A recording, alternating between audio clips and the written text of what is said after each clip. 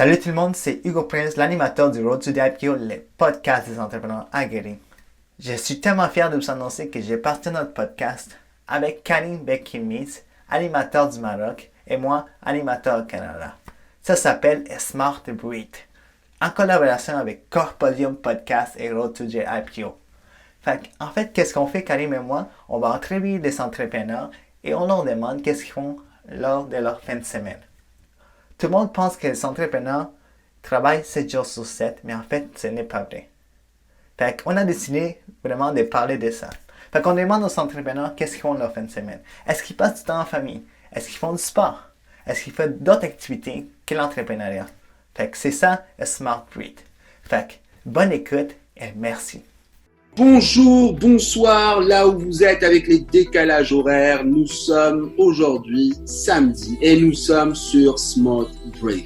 Comme d'habitude, un podcast qui permet tout simplement de lâcher prise. Un podcast qui invite réellement des entrepreneuses et des entrepreneurs à prendre la parole et de nous dire quel est leur kung-fu. Comment ils lâchent prise à leur tour après une semaine bien remplie, bien cadenassée. Comment ils font pour souffler, que ça soit le week-end, que ça soit en vacances ou que ça soit dans des moments de break. C'est exactement ça, Smart Break. Et je le fais avec grand plaisir avec mon co-host et mon co-animateur Hugo Prince, qui est à la tête de Road to the IPO, un podcast montréalais, bien comme il faut, bien québécois. Et je suis Karim Brooknis à la tête Corpodium Podcast en Afrique et au Maroc. Hugo, à toi la parole, mon ami. Salut Karim, comment ça va? Mais oui, on est en notre samedi, un autre invité, quelqu'un de très spécial ici, puis un autre invité du Canada, du Québec, ça va être vraiment un très très beau podcast. Qu'est-ce que tu nous as concocté comme invité lors de ce week-end? Dis-moi, qui tu es parti nous chercher aujourd'hui? Je regarde les réseaux sociaux souvent, là, à un moment donné, je suis tombé sur une vidéo de quelqu'un, puis là, je regarde, c'est qui ce gars-là? Je regarde sa vidéo, puis je commence à écouter sa vidéo, puis c'est un entrepreneur, mais il a un sens de l'humour, qui capte les gens. Aujourd'hui, je voulais introduire Charles Côté, un entrepreneur ici au Québec dans le développement personnel. Salut Charles! Hey! Salut messieurs! J'espère que vous allez bien. Moi, ça va super bien. On est vraiment content de t'avoir au podcast. Pour ceux qui nous écoutent en Afrique, au Canada, est-ce que tu peux t'introduire un petit peu? Oui, avec plaisir. En fait, Charles Côté, j'ai 24 ans. J'habite à Saint-Jean-sur-Richelieu, pour les gens plus précis, à Montréal, au Québec, au Canada. Et en fait, dans la vie, moi, je m'amuse. Donc, quand je rencontre quelqu'un, je serre la main, qu'est-ce que tu fais dans la vie? J'ai toujours eu ce discours-là. J'aime ça dire que je m'amuse parce que je fais plein de choses que j'aime. Donc, consultant en vente, je donne de la formation pour des vendeurs, spécialement dans le domaine automobile. Je fais un petit peu d'immobilier à titre d'investisseur. J'ai une compagnie de marketing en ligne avec ma conjointe. Et à travers ça, je fais des vidéos Facebook, quelques petits shows d'humour, des conférences humoristiques. Donc, beaucoup de choses, mais l'important, c'est que j'ai toujours du plaisir là-dedans. Puis, ça me permet de pouvoir faire des belles interviews avec des gens sharp comme vous, messieurs. Ravi Charles de t'accueillir. Donc un homme orchestre, un entrepreneur de talent de 24 ans qui fait beaucoup de choses. C'est bien ça. Exactement. Parfait. On va planter le décor, Hugo. On va planter le décor d'aujourd'hui, la thématique, pour annoncer réellement Charles et pour pouvoir débattre avec lui de ses façons de lâcher prise. Alors, comment le lâcher prise s'exprime-t-il chez un professionnel en développement personnel? Comment Charles Côté fait-il pour développer son mode off afin de se ressourcer le week-end? À toi la parole, Charles. Merci mon ami. En fait, dans ta question, on répond un petit peu. Si on devient vraiment un professionnel du développement personnel, on le sait très bien qu'il faut avoir les deux côtés, le noir, le blanc, le yin, le yang, pour pouvoir bien performer. Donc, quelqu'un qui fait un petit peu de développement personnel uniquement pour ses affaires, sa carrière, son travail, à l'inverse, il va avoir beaucoup de difficultés à performer et à être épanoui. Donc, c'est deux choses. On peut pas être 100% épanoui et performer en même temps. C'est deux choses. Donc, quand on est vraiment un professionnel, qu'on étudie le développement personnel de fond en comble, on comprend très bien que ça prend des choses pour décrocher. Donc, moi, personnellement, ce que je fais pour pouvoir m'aider à être encore plus performant et être encore plus épanoui, je vais faire de la course à pied. Donc, je vais aller courir. Donc, c'est drôle parce que 5 minutes avant qu'on qu'on commence le podcast, j'étais parti courir. Normalement, je tiens une moyenne de course de 10, 15, 20 km quand je vais courir, parce que je m'entraîne pour un marathon également. Mais aujourd'hui, étant donné que j'étais un petit peu pressé dans le temps, mais j'ai été courir 5 km. Donc, c'est juste pour mentionner que j'avais pas d'excuses, puis c'est important pour moi, parce que faut que je me sente bien dans mon corps, que je me sente bien dans ma peau. Donc, je me suis dit, je vais au moins aller prendre 5 km de course, puis je vais courir plus vite, je vais quand même avoir des sueurs, je vais quand même avoir chaud, mais ça va me faire du bien. Et lorsque je vais arriver sur le podcast, je vais être 100% authentique, je vais être 100% bien dans mon corps, parce que c'est quelque chose de très important. Donc, c'est sûr, c'est super important de travailler fort, d'avoir des bons objectifs, de focusser, mais il faut avoir des objectifs aussi sur notre santé, sur notre bien-être, parce que c'est tout un ensemble qui vient, c'est un ensemble complet. Et si on est pro dans le développement personnel, il faut comprendre cet aspect-là, que c'est pas juste le travail, puis go, boulot. Il faut aussi être bien dans notre corps. Puis moi, la course à pied, c'est une des choses que j'utilise pour décrocher. J'en ai d'autres. Fait que tu cours quand même tous les jours, c'est ça? Ouais, régulièrement. En fait, je tente de libérer le plus de temps possible dans mon agenda pour aller courir. Souvent, ça va être plus la fin de semaine. La fin de semaine, ça va être un petit peu plus facile. Donc, j'ai des journées que des fois, je vais finir à 10, 11 heures le soir. J'aime moins courir le soir, tout simplement. Mais la fin de semaine, c'est sûr et certain, je vais me lever quand même pour aller courir, même si j'ai beaucoup de choses à faire dans mon week-end. Comment tu fais pour libérer ta semaine, par exemple, quand tu as beaucoup de choses à faire? Comment tu fais pour mettre du temps pour courir? En fait, c'est de prendre le temps. On le dit souvent, c'est pas je vais le faire quand j'ai le temps, c'est de se mettre en priorité. Donc, ça me fait très plaisir de faire avec vous aujourd'hui, messieurs, mais il y a des gens qui vont m'appeler pour aller prendre un verre ou pour aller faire des téléphones inutiles ou bon.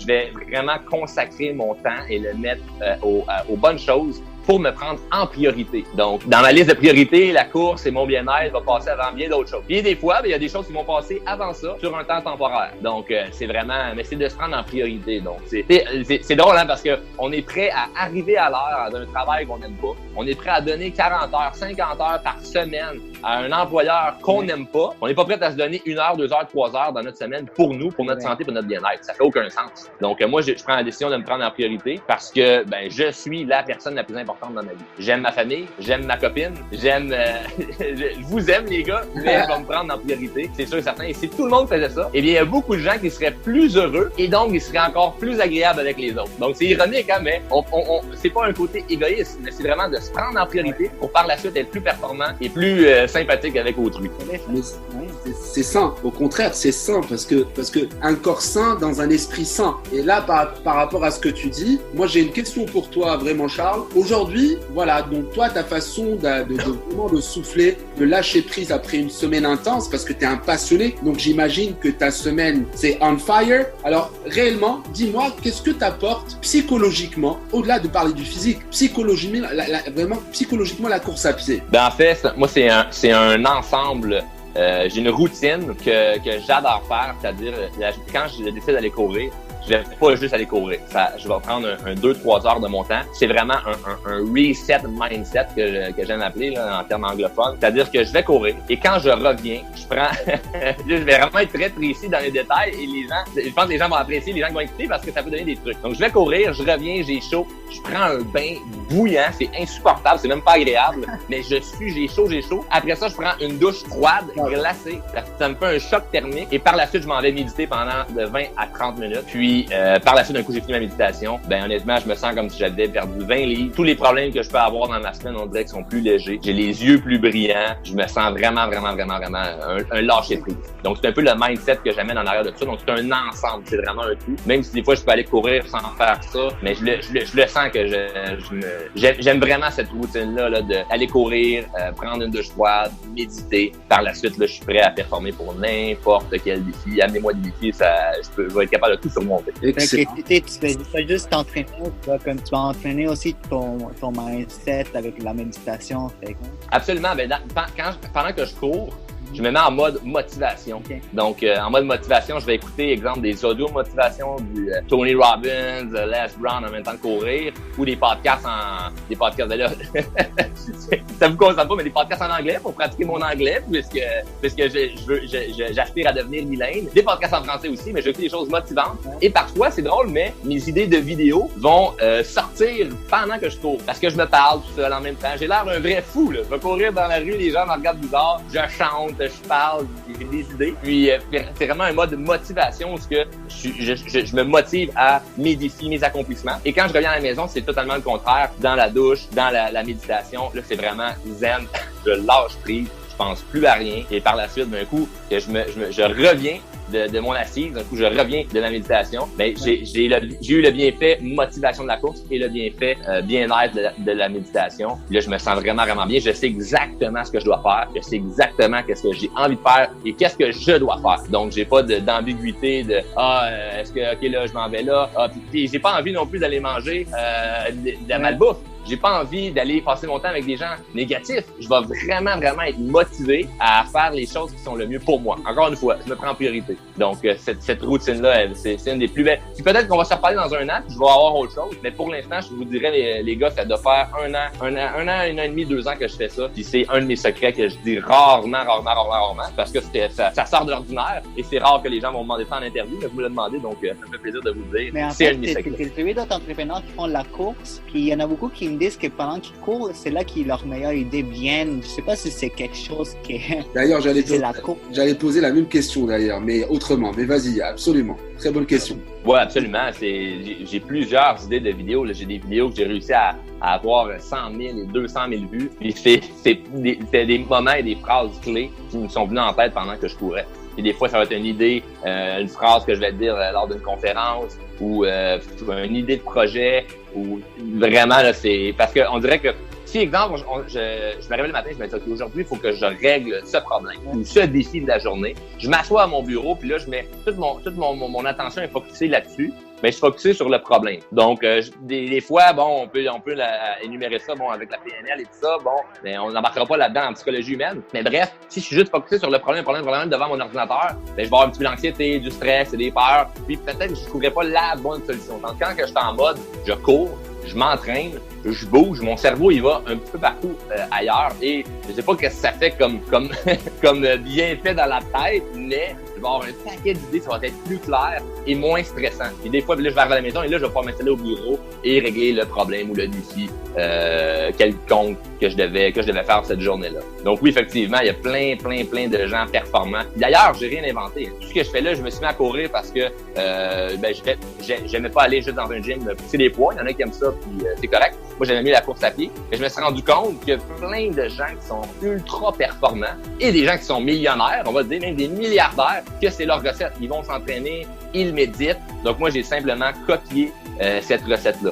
Donc, j'ai vraiment rien inventé. J'ai juste copié des gens qui avaient plus de succès que moi, puis ça a fonctionné. D'accord. Bah, moi, je vais tourner un petit peu, je vais rester sur la même lignée d'Hugo. Alors, tu crois pas, c'est un petit peu cocasse ce que je vais dire là, tu crois pas, comme tu dis au départ, c'est-à-dire le plus important aujourd'hui, c'est moi, c'est-à-dire que je dois me faire violence, effectivement, pour qu'on prenne rendez-vous avec moi-même pour aller courir. Tu crois pas quand on court, réellement, on a un rendez-vous avec soi-même parce qu'on brainstorm beaucoup avec soi-même.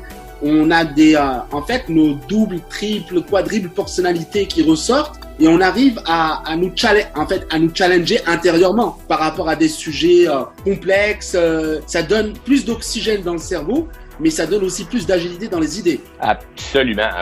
Puis l'autre chose que je peux rajouter, c'est que la course à pied en soi, mais c'est un défi. Donc en plus de oui, je vais courir, là je réfléchis à ce que je vais accomplir dans ma semaine et tout ça, ben le fait d'aller courir, me dire OK, aujourd'hui je vais faire 5 km et je veux battre mon record, ben c'est un défi en soi. Donc c'est vraiment fait pour ce type de mindset là, c'est fait pour les gens performants là, les gens qui sont fatigués, qui sont pas motivés, qui sont pas passionnés de leur vie, c'est pas pour eux là. Ils tiendront pas 5 minutes parce que c'est toujours performant, mais quand on est performant, faut trouver des manières de se lâcher prise. Et c'est drôle parce que ironiquement, on dit c'est le moment que je lâche prise, mais on lâche pas prise parce qu'on continue quand même à réfléchir, on continue quand même à calculer. Bon, j'ai réussi à faire telle course avec telle vitesse, ça va être bon. Donc c'est toujours dans une idée de performance. C'est simplement qu'il faut pas que ça devienne une maladie parce que si ça devient trop lourd, qu'on n'aura pas envie de le faire, on va perdre le plaisir qu'on le fait. Donc, mais c'est encore une chose de performance. Donc, oui, que ça soit dans les idées qu'on a lorsqu'on court ou simplement dans la course en soi. C'est le fun d'avoir des défis qui n'ont pas rapport avec une business ou de l'argent aussi. Donc, moi, c'est dans la course à pied, c'est là que j'ai réussi à avoir avoir ce sentiment-là. C'est que de la performance. Alors, une chose dont on n'a pas parlé qui peut être aussi intéressante à tirer. Maintenant, quand tu cours, c'est normal, tu es en mode performance, tu te lâches, tu déstresses, tu lâches l'adrénaline, c'est une bonne fatigue. Alors maintenant, quand tu rentres à la maison, le sommeil aussi, il est réparateur. C'est important de parler aussi de sommeil. Tu dors bien aussi après un entraînement. Absolument. Mais moi, j'ai fait de l'insomnie pendant plusieurs années et j'ai jamais voulu consommer tout ce qui est somnifère ou, on va dire, de la drogue prescrite par des médecins et des pharmaciens. Donc, j'ai réussi avec des produits naturels, mais aussi en bougeant à mieux dormir parce que ça, c'est un des problèmes des gens performants, c'est qu'on a la hamster, comme on dit, qui spin, on a la tête qui arrête jamais. Donc, le sommeil, c'est hyper important parce que lorsqu'on est fatigué, il y a rien qui va, on est moins patient, puis c'est là qu'on peut manquer des opportunités, avoir un appel. Et je vous donne un exemple. Aujourd'hui, j'ai fait une vidéo ce matin que j'ai pas encore publiée. J'ai travaillé de 7 heures le matin jusqu'à aller à 2 heures l'après-midi. Et en après-midi, j'ai décidé de faire une petite sieste. Je me sentais vraiment fatigué. Je me sentais à fleur de peau, comme on dit. Je me sentais moins patient. Je vais faire une sieste parce que j'ai une grosse semaine. Et là-bas, dès que je me suis réveillé, j'ai eu un appel de quelqu'un. J'attendais un appel très important. Finalement, j'ai eu les bonnes nouvelles. Mais même si c'était pas les bonnes nouvelles, je suis certain que j'aurais bien réagi ou peu importe parce que là, j'étais bien reposé. Donc, c'est pas de performer, oui, mais faut savoir se reposer. Le sommeil, c'est hyper important parce que si on est fatigué, j'apprends rien à personne. Là, quand on est fatigué, il y a rien de plus horrible que de faire de l'insomnie puis de mal dormir, de se réveiller fatigué. Donc, oui, quand on court, quand on bouge, c'est sûr que ça l'aide pour le sommeil également. Oui. Super. Je connaissais pas ce côté-là de Charles, mais il y a un autre côté qui je pense que la façon que moi je t'ai rencontré sur Facebook, c'est que Charles, il est passionné de la course, mais c'est quelqu'un qui fait aussi de l'humour. Une petite pause pour vous dire que finalement, Road to Dapio a des commanditaires. 2CM et Associés Inc., Yves et Ali, des très bons amis et des très bons comptables. Mais qui de mieux pour expliquer leur entreprise qu'eux-mêmes?